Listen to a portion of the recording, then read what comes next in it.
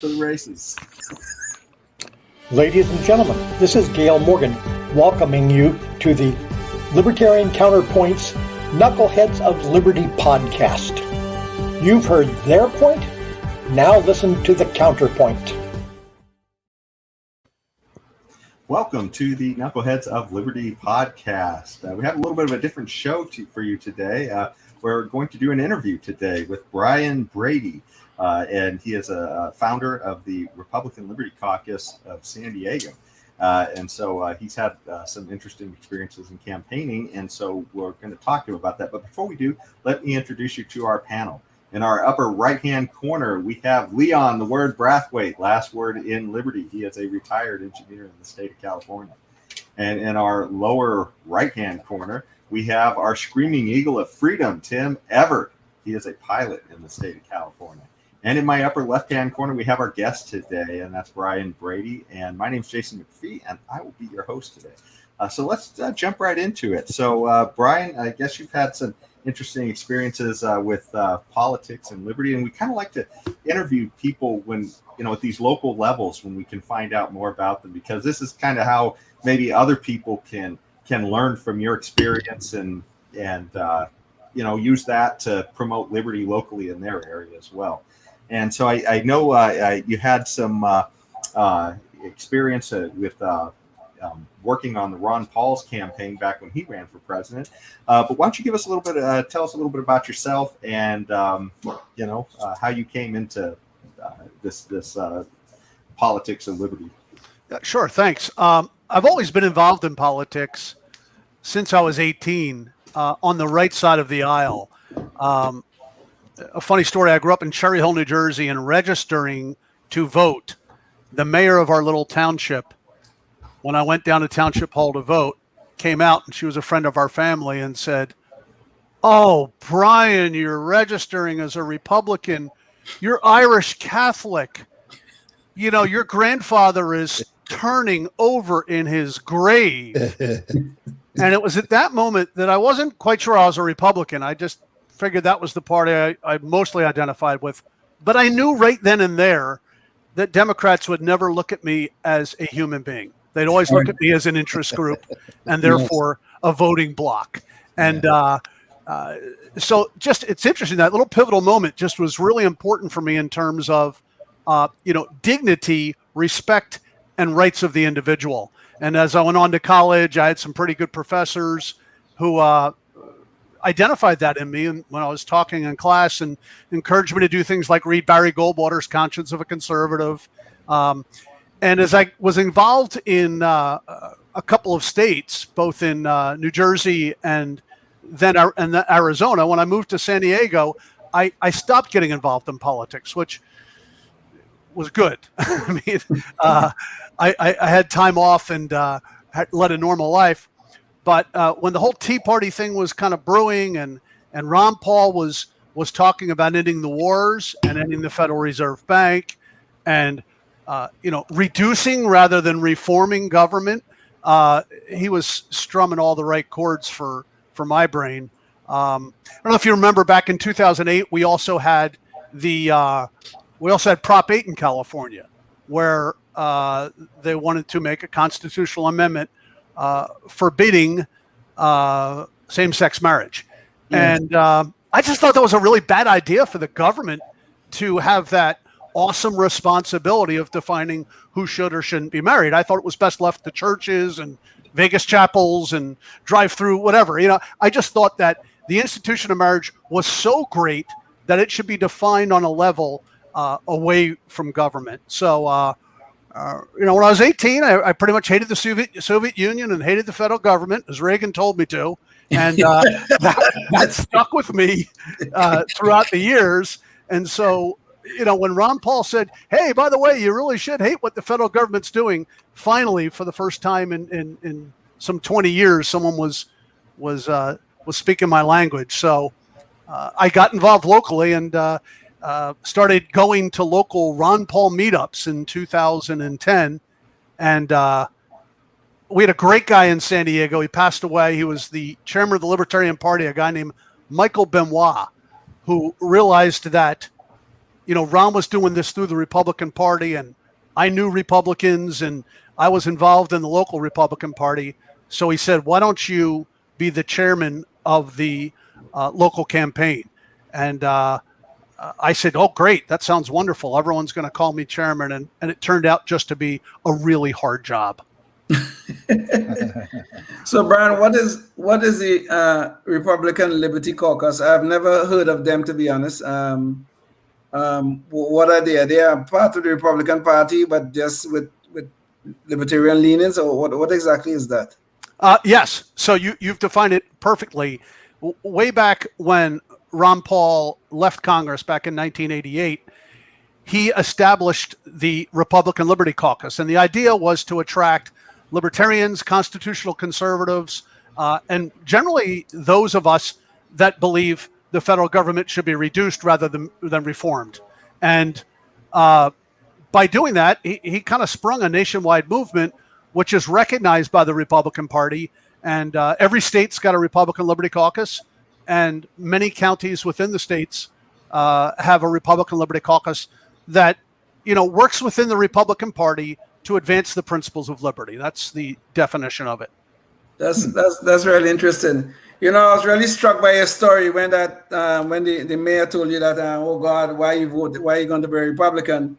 Even now at age 65, I still get that reason. Not for your reason, of course. It's because I'm black. Oh, I thought it's because you had a beard, right? Yeah. That too. Yeah, that too. Yeah, but because I'm black and immigrant, everybody thinks I'm supposed to be some guy of the left.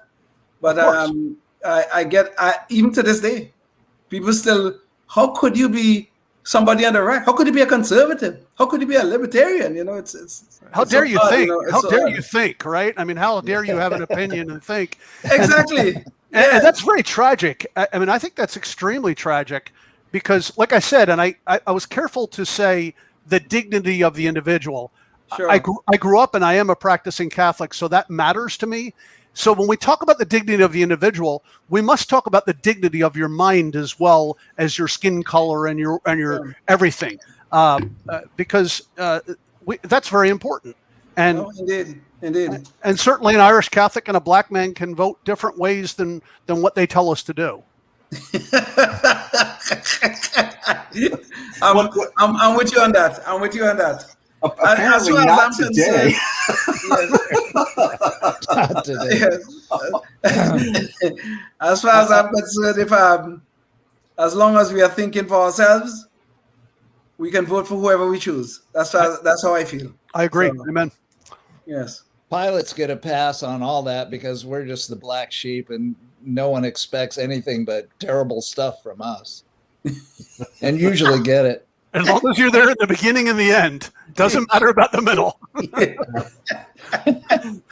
Well, there was a couple of things I wanted to touch on that you mentioned earlier, and you said that when you went to college, I guess a professor gave you conservative material to read. How far back is this? Because this doesn't resemble college at all today. Exactly. Yes. Well, that guy's retired, or else somebody killed him. So I actually happened in high school. Now that I'm thinking about it, I went to a Jesuit high school, and I had a teacher, a history teacher, who kind of heard me talking in class, and he's the one who actually said to me, "You might want to try this conscience of a conservative because you're really out there, kid." And so I did that. But when I went to Villanova, I had a couple of professors, one of which has passed away now. Dr. Staley he was very encouraged he encouraged us to read Hayek, and I did, and and he's the one who said, "Hey, try this Ayn Rand," and I did, and all the lights went off, and he really developed that. I'm hopeful. I have a daughter in college right now, and she has a professor who's actually the mayor of Coronado, California. Whom we both knew before she went to college there, but he threw out the textbook and he taught everything from material from the Foundation for Economic Education.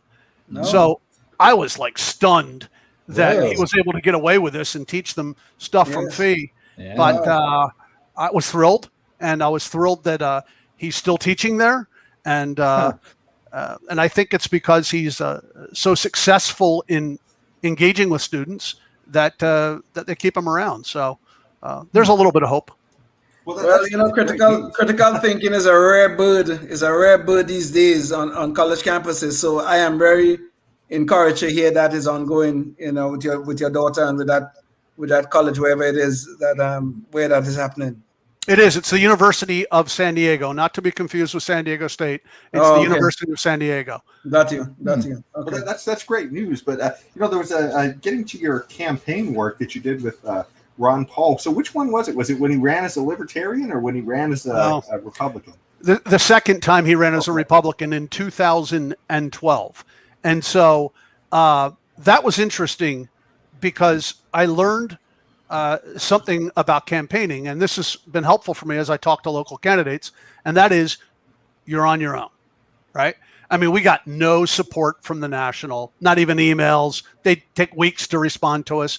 And I'd go, well, how am I going to get yard signs? Because I had worked within the local Republican Party, so I kind of knew the blueprint. You know, you put yard signs up, you try to bang on doors, you try to turn out the vote. And to do that, you had to raise money. And so I had to find a way to raise money, not into the national campaign, but into the local campaign, which is why we started the Republican Liberty Caucus of San Diego County, because it was, I think it's a 527 organization where we could raise money, unlimited amounts of money, and spend unlimited amounts of money because we're an independent committee, an independent expenditure committee. So, I mean, to do what we wanted to do, we had to go around and raise money. And, you know, we raised about, over the course of 6 months, we raised a little bit over $10,000 to buy yard signs from the national campaign and kind of fund the things we wanted to do. And we did voter registration on the boardwalk in Pacific Beach, which was really a lot of fun. We decided that there were 5 congressional districts in San Diego County, and we weren't going to win them all. So we targeted the one of 5, which we thought would be the best. And I was fortunate to have some local political consultants when I called them up and said, hey, by the way, I need some help. And I know you're not really a Ron Paul guy, you need to do it for no money. And they did, and were really helpful in helping us identify that. And so we had about 150 volunteers. We registered, when Ron Paul came to San Diego, we registered 700 new Republicans on the spot. So the local Republican Party just, they loved us, so they didn't care. But we doubled the percentage vote between 2008 and 2012 in San Diego County. So, we took them from 6% to 12%. Not necessarily a victory, but as you all know, if you work in the Liberty movement, you measure in yards, not touchdowns. Yeah. Yes. Well, that's kind of interesting. What you had to say. I know when 2012, Ron Paul actually came down here, not to Sacramento, I don't think, but to Davis, which is nearby, and I kicked myself because I wasn't able to make it to that, and I heard that he drew like 3,000 or 4,000 people to a fairly left-leaning university here in California. So that's really speaks to the idea that maybe there's a lot of people who are really open to liberty, even if it's even if it's Republicans, who are voicing that liberty.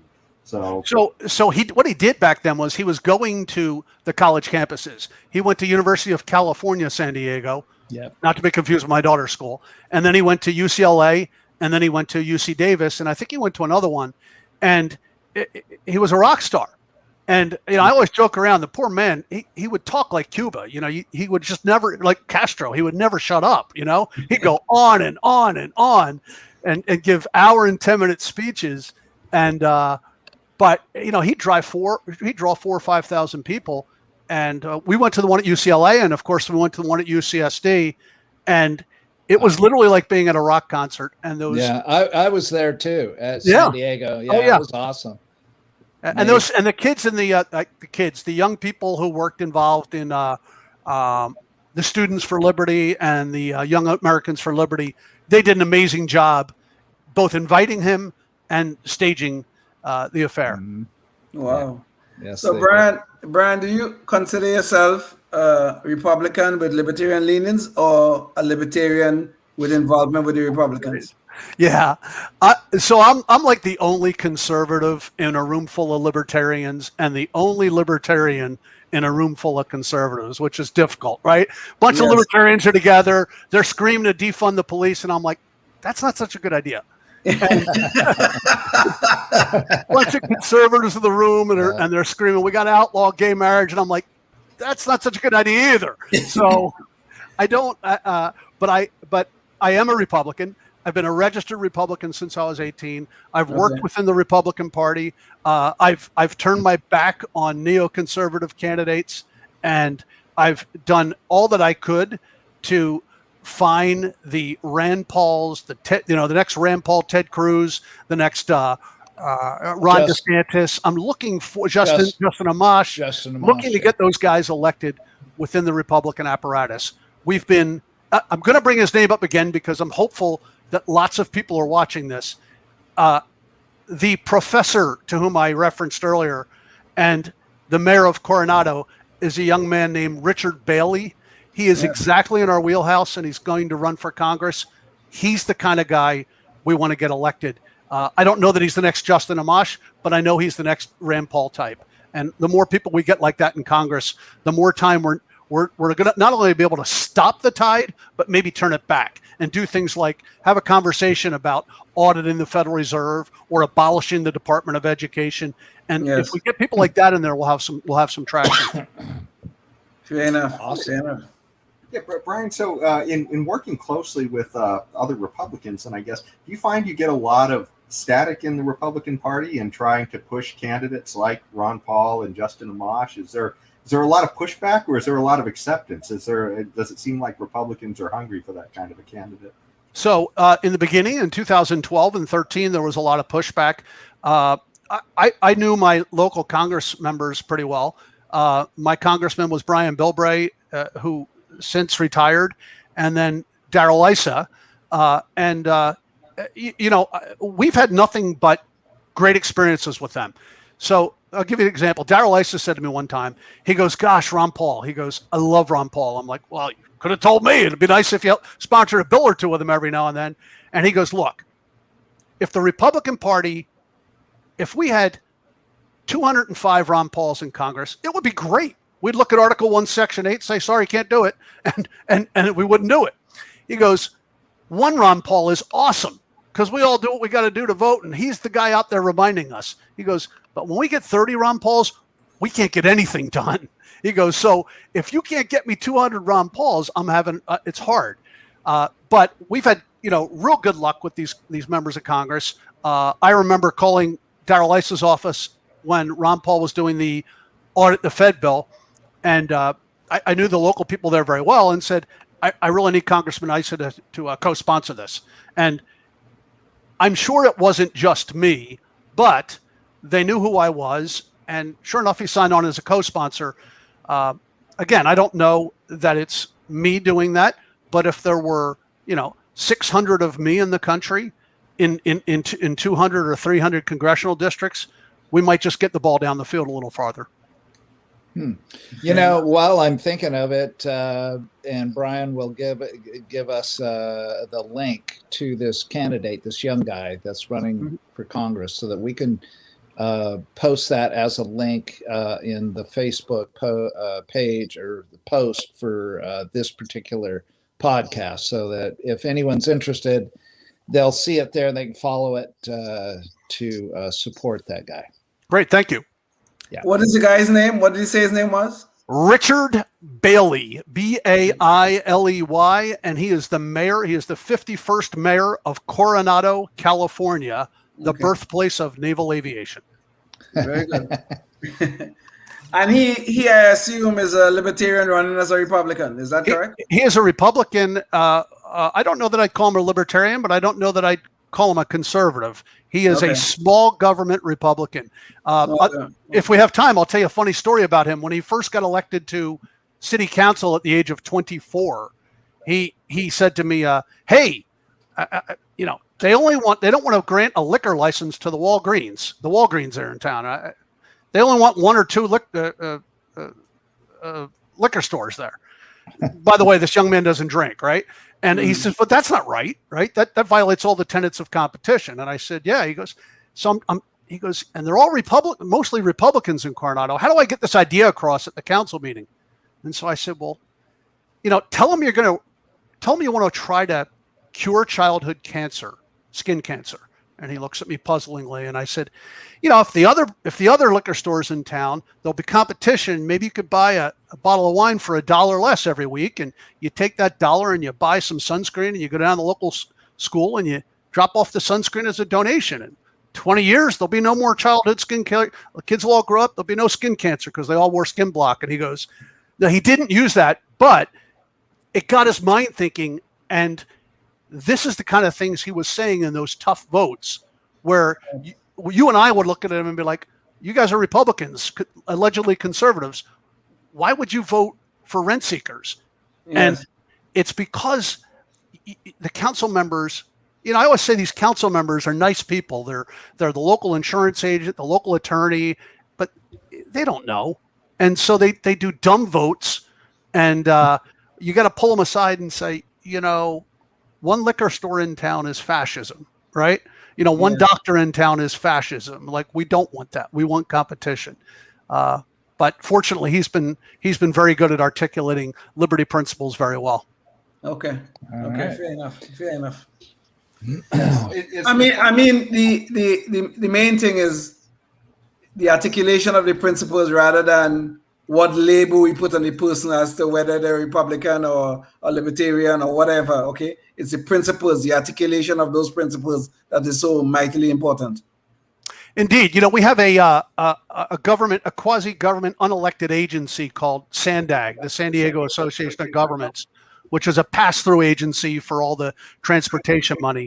And, Richard got himself on that board because he was the mayor of Coronado and he was allowed to appoint someone from his council. So he appointed himself, and he got on there. In the first meeting, he said, we got to audit this thing as quickly as possible because we're blowing money, and maybe we should just vote to end it. And I was in the back room listening to the thing online going, did he just call for the abolition of SANDAG?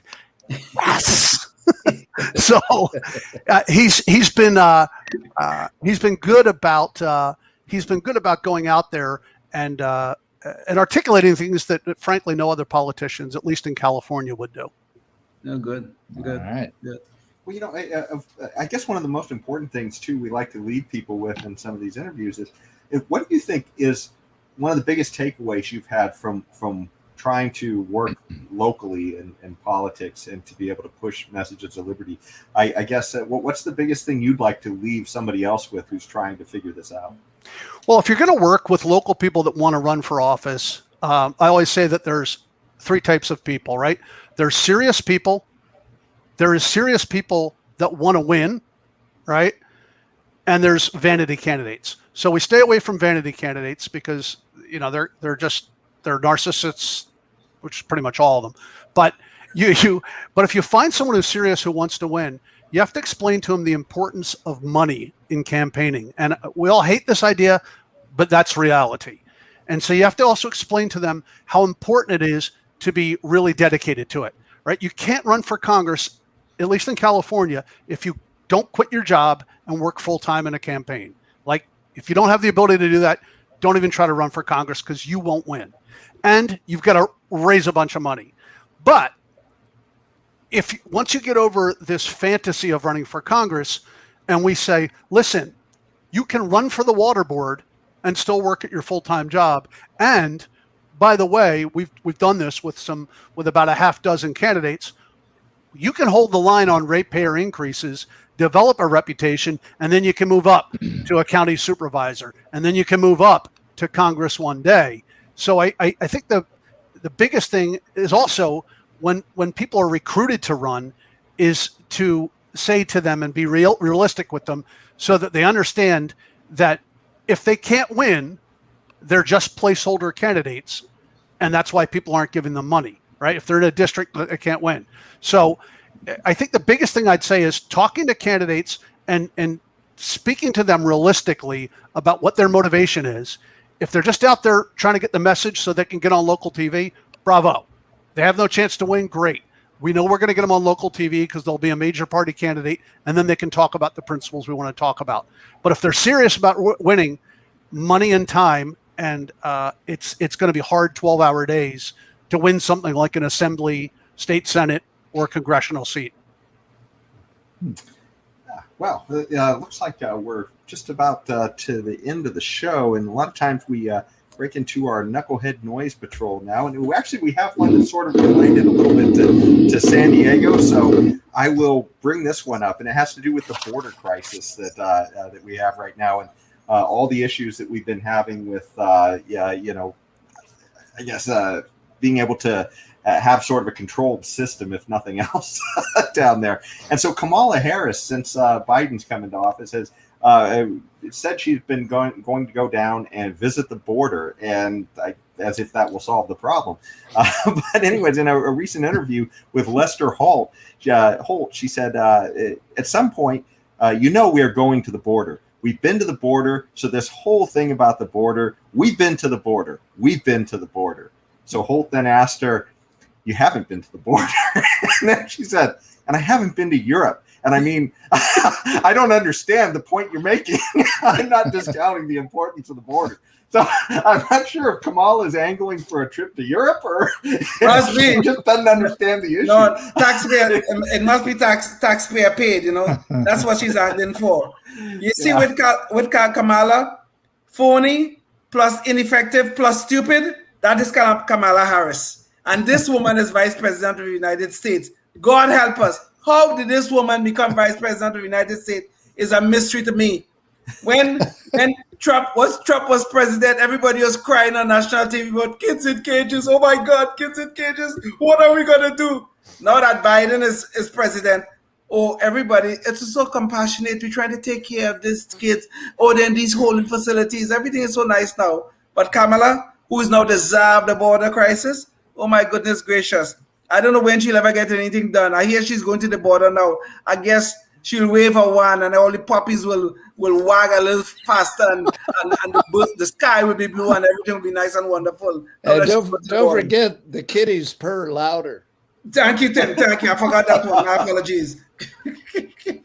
So I was impressed mostly that Lester Holt actually followed up with a hard question. Yes. I was watching that going, that's not an unreasonable question. He asked if you personally have been to the border. And then I thought, I'll be damned. This is the first time in, 30 years I've seen a reporter actually press a Democrat.